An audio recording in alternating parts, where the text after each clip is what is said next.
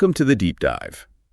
Today we're getting into one of the most iconic stories from ancient history, the fall of Jericho. We're going straight to the source, Joshua chapter 6, and we're also digging into some really insightful commentary that comes with it. Yeah, and when you say Jericho, everyone immediately thinks of one thing, right? The walls.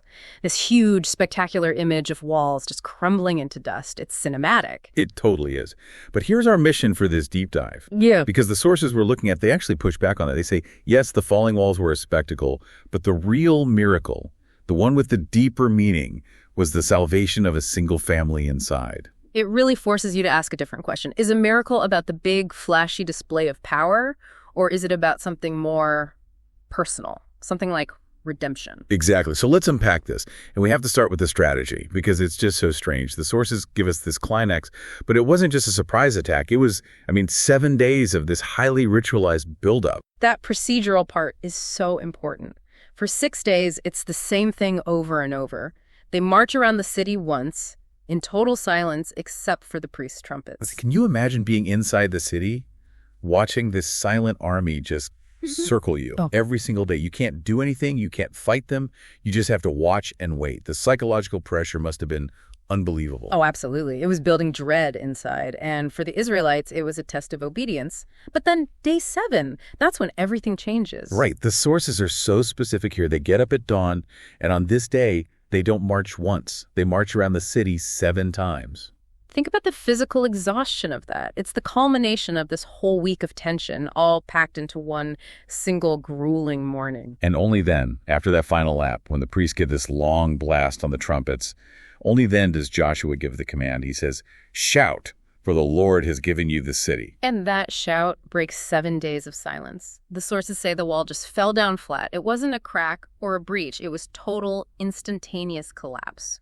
The people just went straight in. The city was captured. And that sight, that spectacle, it's an undeniable sign, right? It was this clear, irrefutable proof that God was with them, that this wasn't just a normal military campaign. This was something else entirely. It's the ultimate green light for the rest of the conquest of Canaan. Mm-hmm. But then, right after this incredible moment of victory, the orders get very dark and very specific. They do. And this is where we hit this really critical concept in the source material, this idea of devotion.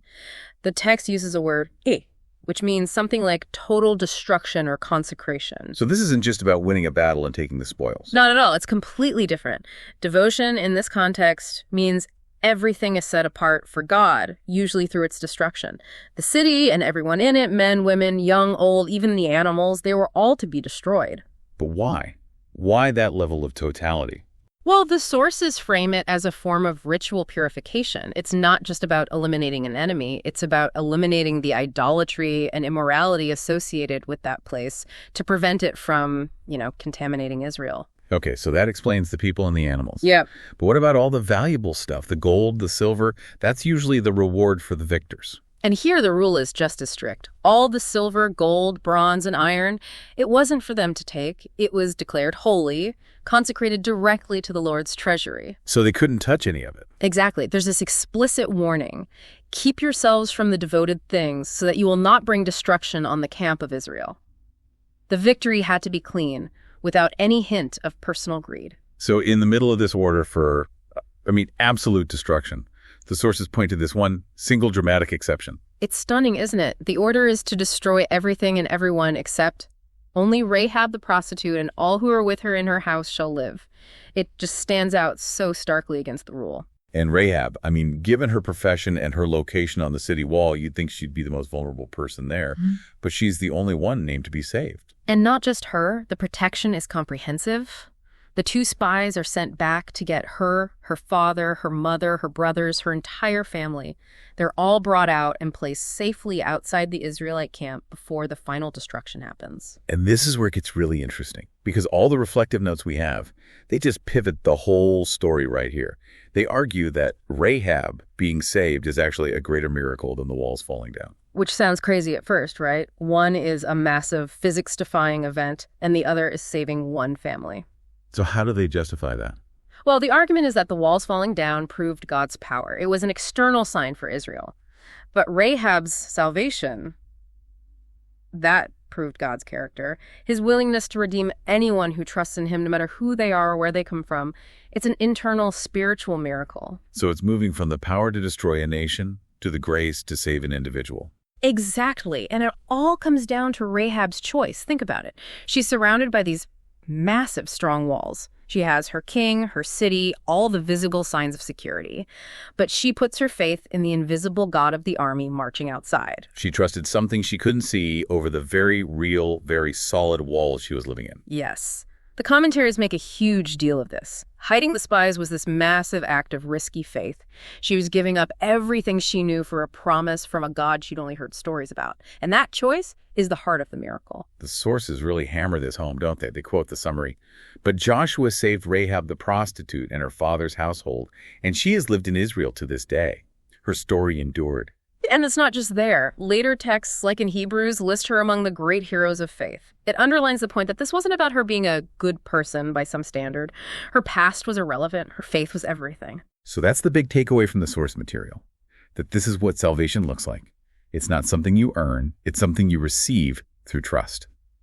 The strongest walls in the world couldn't save the people of Jericho, but one person's quiet faith saved her entire family. And that's when the material pivots and brings it right to us, to the listener, with a really penetrating question. Which is? It basically asks, who are you trusting today?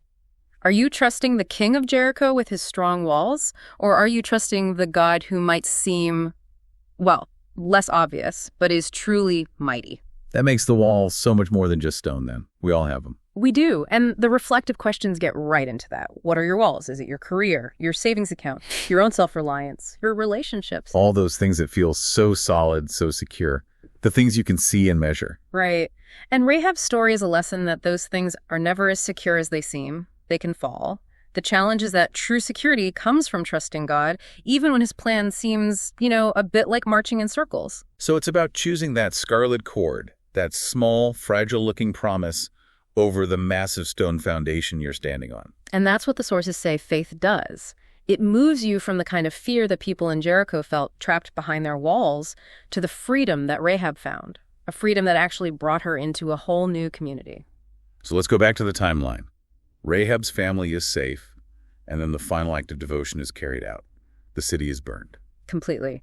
Except, again, for that consecrated treasure, the silver, the gold, the bronze, and the iron all go into the Lord's treasury. That purity we talked about is maintained to the very end. And then Joshua does something really unusual. He lays a curse on the physical place itself. Yeah, it's this incredibly solemn oath. He says, "Cursed before the Lord be the man who rises up and rebuilds this city, Jericho." And he says it will cost the builder his firstborn and his youngest son. Wow. So this isn't just about destroying it. It's about making sure it stays destroyed. It's meant to be a permanent sign. A reminder that human strength and human walls ultimately fail, and that this ground was claimed by divine judgment. So the passage ends by saying, the Lord was with Joshua and his fame spread. That seems like the immediate conclusion. Joshua's reputation is cemented. That's the visible short-term outcome. But the source commentary really wants us to see the long-term legacy. Joshua's fame is temporary, the ruins are just ruins. But Rahab, she becomes an ancestor in the royal line of Israel. Her quiet act of faith had a legacy that outlasted everything else from that day. That is a stunning contrast. You have the loud, incredible power of the shout that brought down a city, versus the quiet, risky faith of one woman that built a lineage. One was a warning, the other was an invitation. So the challenge from the source notes comes back to us. Do you rely on your self-made walls, your career, your money, your reputation? Or do you put your trust in the God who fights for you, even when it feels like you're being asked to let go of your only security?